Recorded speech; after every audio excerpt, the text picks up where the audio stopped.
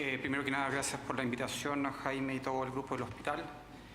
Me pidieron que hablara un poco de lo que es el manejo de la enfermedad de Crohn en Chile 2017. Siendo el primer mensaje es que la enfermedad inflamatoria en Chile ha ido en aumento. Por lo menos 2 centros en los últimos 2 años han demostrado que en enfermedad de Crohn, específicamente el N de pacientes diagnosticados e ingresados a los distintos programas ha ido en crecimiento. Y por otra parte, el número de hospitalizaciones en un trabajo de la Universidad Católica muestra la misma tendencia. En ese contexto, lo importante es que lo que primero que hay que saber como segundo mensaje es que el manejo de la enfermedad inflamatoria tiene que ser no solamente con el gastroenterólogo, sino que un programa multidisciplinario con el apoyo de otros especialistas, dado la complejidad de ese que se trata principalmente de pacientes de edad fértil, con riesgo de infecciones, con riesgo de manifestaciones extraintestinales, como comentó Jocelyn, desde el punto de vista reumatológico, dermatológico, oftalmológico, entre otras, y no olvidarse del compromiso nutricional, sobre todo en pacientes con enfermedad de Crohn. El tercer mensaje es que existe sin duda un nuevo objetivo. La enfermedad de Crohn, como dijo Jocelyn, es un continuo, no es una sola visión, no es una foto. Y hay pacientes que en el tiempo es dinámica y el compromiso llega a ser estenosante, donde las posibilidades de respuesta a la terapia farmacológica son extremadamente escasas. Y en ese sentido, sin duda, que lo que se busca hoy día es un nuevo objetivo, que es bloquear la progresión y el daño de la enfermedad, y en ese sentido un tratamiento precoz, lo más justo al momento del diagnóstico, del inicio, no esperar a usar drogas que sean más efectivas. Y eso sin duda va a impedir la progresión del daño de la enfermedad. El tercer mensaje, ya lo mostró Jocelyn, no solo síntomas la panacea, sino que lamentablemente los pacientes tienen que ser tratados de manera adecuada con biomarcadores como la calprotectina, estudios endoscópicos cuando se justifique, estudios radiológicos cuando se justifique, porque eso es la manera de evitar el daño y la progresión de este. Y en ese sentido, la calprotectina sin duda ha ocupado un punto importante al momento de evaluar a los pacientes con enfermedad de Crohn en distintos escenarios, ya sea para ver la respuesta, el riesgo de recaída, postcirugía, etc.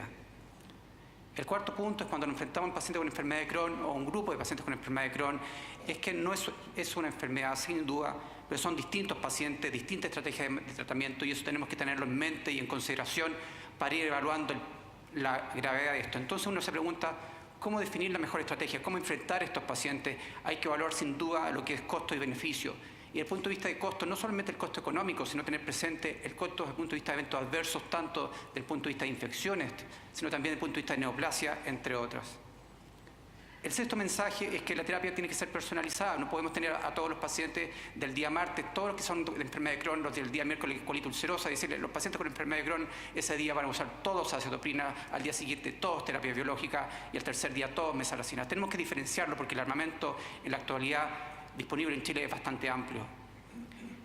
Y ya lo comentó Jocelyn, la trascendencia que tiene que los pacientes sean seguidos en el tiempo, ver la evolución, no quedarse con una visión, vengan un mes más y le vamos a dar de nuevo corticoides. Los pacientes tienen que ser chequeados y ver si el objetivo que nos hemos planteado tanto desde el punto de vista clínico, pero también desde el punto de vista de biomarcadores, de calprotectina, PCR, ver cómo está el estado nutricional, ver cómo está la vitamina D, ver que si el paciente logró una curación endoscópica, para finalmente controlar la enfermedad, controlar la inflamación, evitar el daño intestinal y por lo tanto mejorar la calidad de vida de estos pacientes.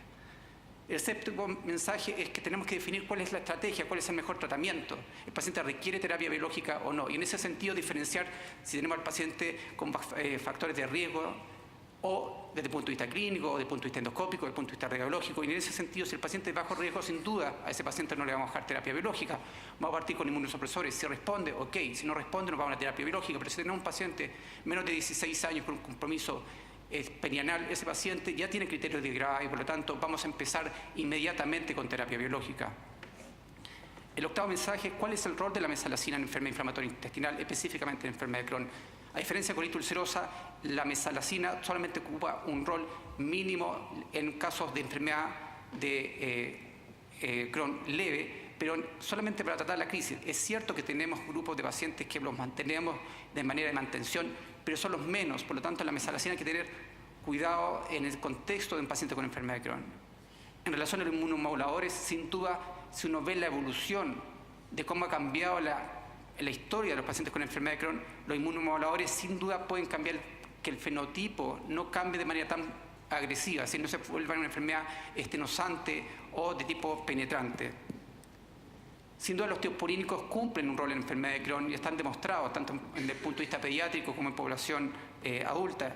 La dosis estándar o la estrategia a usar generalmente son miligramos por kilo de peso, tanto en azatoprina como 6-mercaptopurina. Y en ese sentido vamos haciendo control de hemograma, de prueba hepática y vamos aumentando en forma progresiva. Sin embargo, en la actualidad en Chile existe la posibilidad de medir los niveles de tiopurina metiltransferasa en cuanto a actividad enzimática y ver los niveles de los metabolitos de la azatoprina. Y con eso tomar decisiones si la efectividad del fármaco es real o no, o hay un fracaso en la adherencia al tratamiento, si vale la pena aumentar la dosis o no del medicamento con el fin de evitar mayores riesgos desde el punto de vista, por ejemplo, hematológico y hepático. Además de la visualización personalizada, es decir, medir los niveles de metabolitos, permite, por ejemplo, pacientes que están con comboterapia, es decir, con terapia biológica y azatoprina o 6-mercaptopurina, medir niveles permite decirle al paciente si está con los niveles, por ejemplo, bajo 135, y hay estudios que se lo demuestran, bajar la dosis y quedarse con niveles de fármacos que sean efectivos y con menor eventos adversos. La pregunta de la azatoprina la podemos suspender. Hay estudios que dicen que sí. Sin embargo, hay que advertirle al paciente que la posibilidad de recidiva o no mantener la remisión puede llegar hasta un 50% a los 5 años. De ahí que tiene que evaluarse caso a caso, viendo los factores de riesgo que motivaron el inicio de esta estrategia, ver variables asociadas, ver si el paciente está bien desde el punto de vista clínico, pero también si está bien en revisión desde el punto de vista endoscópico, radiológico.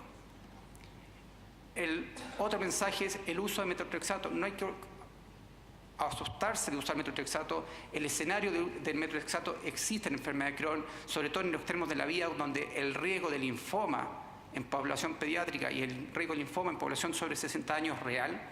No nos preguntamos eso. Metotrexato es una terapia que ha demostrado tiene una cabida en la estrategia terapéutica de los pacientes con enfermedad de Crohn. En relación a la terapia biológica, existe sin duda un armamento que ha ido creciendo desde el punto de vista de efectividad y rol en el manejo de los pacientes con enfermedad de Crohn, tanto de vías anti-TNF, pero actualmente de otras vías como antiintegrina o de otras interleuquinas como la que trata de bloquear ustekinumab. Sin embargo, la ley Ricaurte-Soto solamente permite en la actualidad tratar a nuestros pacientes de manera tranquila, desde el punto de vista económico, solamente con infliximab y adalimumab. La pregunta es, ¿cuál de estos dos? Y por lo menos hay un metaanálisis que dice que en un contexto del fenotipo inflamatorio, no estoy hablando del compromiso perenal, los dos fármacos son extremadamente iguales. Por lo tanto, va a depender mucho de la disponibilidad que tenga el paciente, del acceso, etcétera.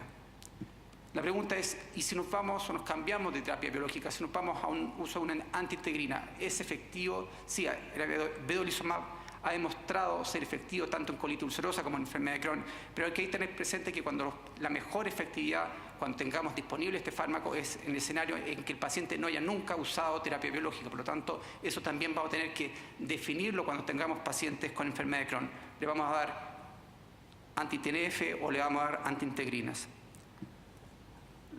Lamentablemente, vedolizumab no está, sin embargo, la experiencia local permite decir que los pacientes pueden ser tratados con natalizumab, que es otra antiintegrina que tiene el problema neurológico de la leucoencefalopatía múltiple progresiva, pero con una curación endoscópica. Lo que hay que hacer es evaluar el virus JC antes del tratamiento y hacer un seguimiento en controles posteriores.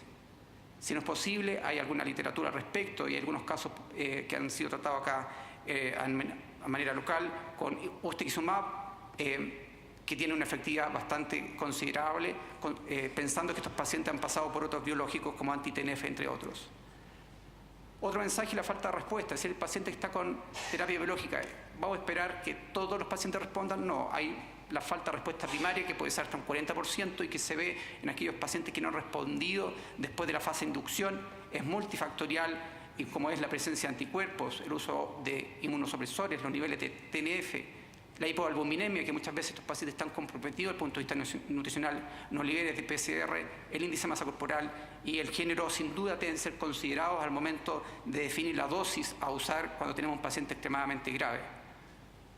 Específicamente el factor enfermedad de Crohn, hay que tener presente que hay ciertas variables que pueden afectar la respuesta a la terapia biológica, como es el tabaco, la duración de la enfermedad de más de 2 años, porque eso habla de una enfermedad progresiva, que haya compromiso de intestino delgado, que el fenotipo no sea inflamatorio. Estamos hablando de un paciente con estenosis y si es fibrótica, la posibilidad de respuesta va a ser menor. antecedente fracaso a otro biológico. Por lo tanto, no todos los pacientes responden con el mismo grado de efectividad.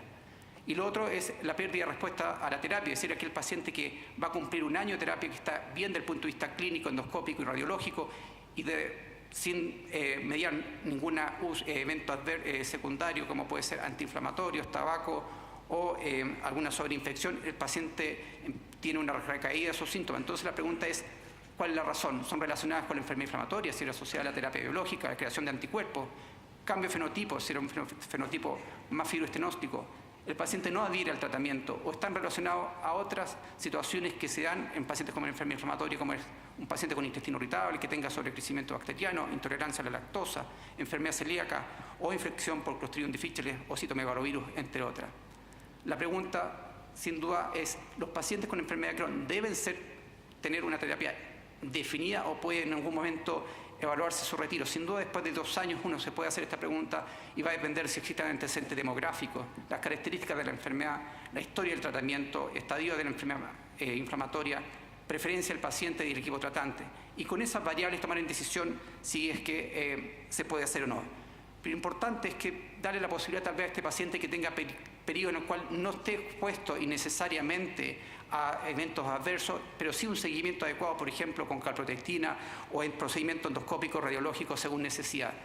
Y lo que se sabe, y el Hospital Clínico de la Universidad de Chile lo tiene, la posibilidad de medir niveles de anticuerpos, niveles de infliximab. Y si el paciente está en remisión y no tiene niveles de infliximab, significa que ha logrado ese estadio sin lograr o sin necesitar la terapia, por lo tanto se podría perfectamente suspender y evaluar. Por otra parte, está la opción de desescalar, es decir, sabemos que el infliximab es 5 miligramos por kilo, pero en una de esas el paciente tiene niveles adecuados del fármaco y podemos eventualmente ir disminuyendo la dosis a 1 miligramo y con evaluaciones posteriores de los niveles de infliximab y determinar que el paciente requiere menos dosis. Lo mismo sucede con adalimumab. Hay estudios que en vez de darlo cada 2 semanas, los podemos dar cada 3 semanas con una efectividad que se mantiene. Y por último, el último mensaje, hablamos siempre de terapia biológica y acetoprina, pero nos olvidamos de los efectos que puede tener medidas no farmacológicas como la dieta, la actividad física, la necesidad de suspender el tabaco en pacientes con enfermedad de Crohn, controlar la vitamina D. Se sabe que los pacientes con enfermedad inflamatoria tienen mayor riesgo de tener un déficit y por lo tanto tiene que ser suplementado, dado que existe mayor riesgo de crisis. Cuidado con la exposición del sol, sobre todo en contexto del riesgo de cáncer de piel, tanto en antioporínicos como en anti-TNF, programas de vacunas adecuados, con vacunas que deben ser seguidas por calendario y sin duda el control por dermatología y ginecología. Gracias.